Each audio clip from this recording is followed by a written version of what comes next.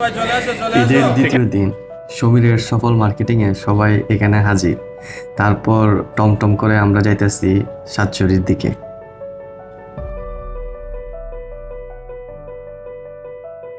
মাঝখানেও আমরা একটা টমটম ডিস্টার্ব হয় এবং এখানে সোহেল, সৈকত, আমরা সবাই মিলে এটা টেইলে উপরে উঠানো হয়েছে। সানপুর যাত্রা বিরতি পাওয়ার কারণে কয়েকজন শেখ মুজিবের সাথে ছবি তুলছেন।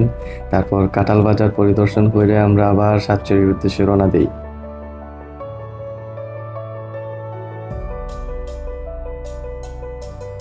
পৌঁছানো মাত্র প্রথম কাজ হইল খাওয়া দাওয়ার ব্যবস্থা করা।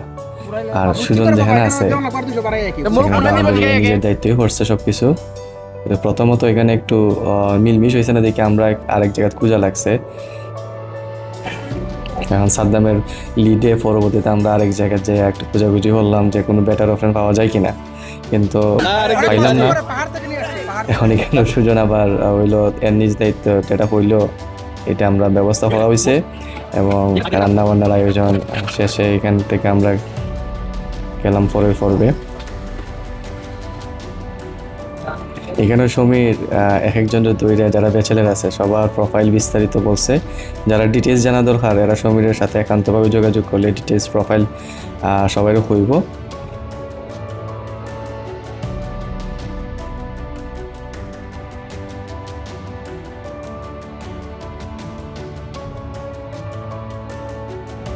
এখানে সৈকত তার মনের মতো দেখে পাইছে না, পরে নিজ দায়িত্বে সে আরও অনেক কিছু কইছে এবং তারপরে বিশেষ গুণ সম্পন্ন কিছু মানুষ আছেন যারা সম্পর্কে সমীর বিস্তারিত আমরা জানাইছে, যেমন আছে সুজন, তারপর সুয়েল, দেন জুয়েল, সবার সম্পর্কে সেই স্পেশাল কিছু কথাবার্তা আমরা কইসই।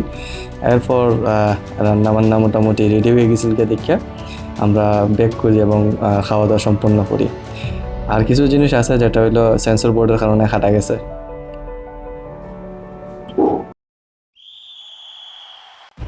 এটা হলো এর পরের দিনের ঘটনা। প্রথম দিন আমরা খেলাধুলা করছি কিন্তু এখানে সেন্সর বোর্ডের কারণে পুরো খেলাটাই বাদ দেওয়া লাগছে। আর এটা পরের দিন আমরা আসলে প্রতিদিনই মোটামুটি খেলছি এবার, এবং প্রথমত সবাই একত্রিত হয়ে এখানে দল ভাগাভাগি করা হয়েছে। আর যেটার নেতৃত্বে আসলো আমরা কমল সাহেব, সবাই দায়িত্ব সহকারে সে দল দুই ভাগ করছে এবং পরবর্তীতে সে নিজে ওই রেফারির দায়িত্ব পালন করছে আর কি।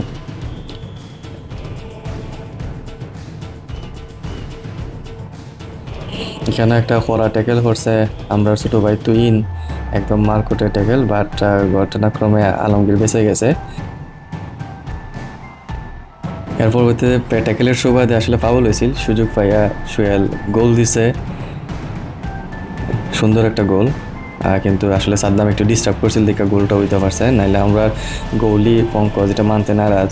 এবং এটা একটা সুন্দর শট। আমাদের ব্যাকগ্রাউন্ডে সবচেয়ে পরিশ্রমী যে কাজটা আছিল ক্যামেরার মধ্যে সব কিছু রেকর্ড করা, প্রীতম দায়িত্ব সহকারে সব কাজ করছে। এবং এখানে ছোটোখাটো কিছু মোমেন্টস আছে খেলার মাঝখানে যেটা চেষ্টা করা হয়েছে ফুটিয়ে তোলার।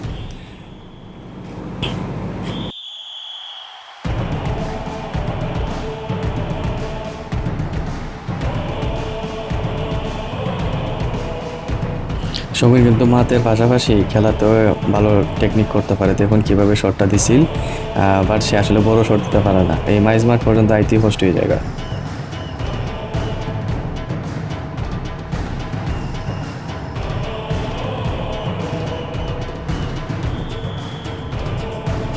এখানে সোহেলরে পরাস্ত করে সেলিমের একটা ভালো ট্যাকেল এবং খুব সুন্দরভাবে খেলছে সেলিম, পুরোটা মাঠ দৌড়াইছে ইচ্ছা মতো এবং অনেক জায়গায় এরকম সুযোগ তৈরি করে দিছে। এখানে ফ্রি ফোন একটা ভালো শট নিছিল কিন্তু একটু লাগে মিস হয়েছে।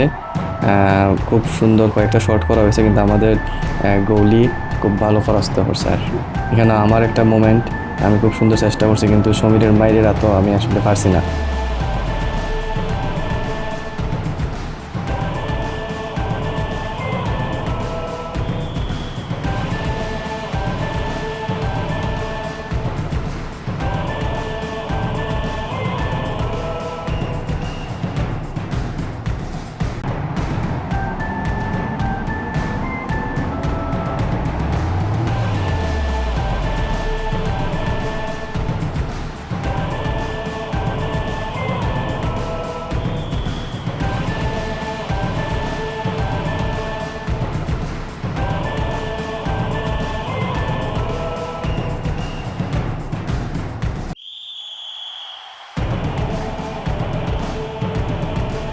এখানে আমরা একটা অ্যাটাকের চেষ্টা এবং খুব সুন্দর একটা শট নেয় সুমন, কিন্তু আমি আসলে খুব একটা ইজি চান্স এখানে মিস করছি, যেটা আমার পাশাপাশি সবচেয়ে বেশি কষ্ট পাইছে আমরা কমল।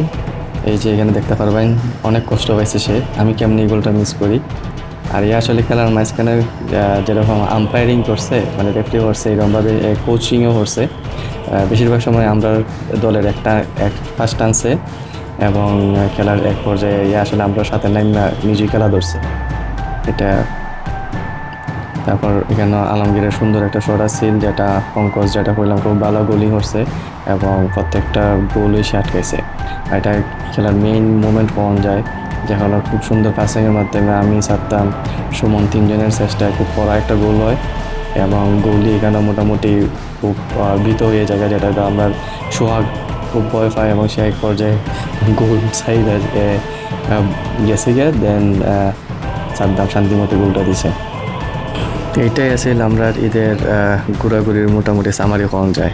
আল্লাহ হাফেজ।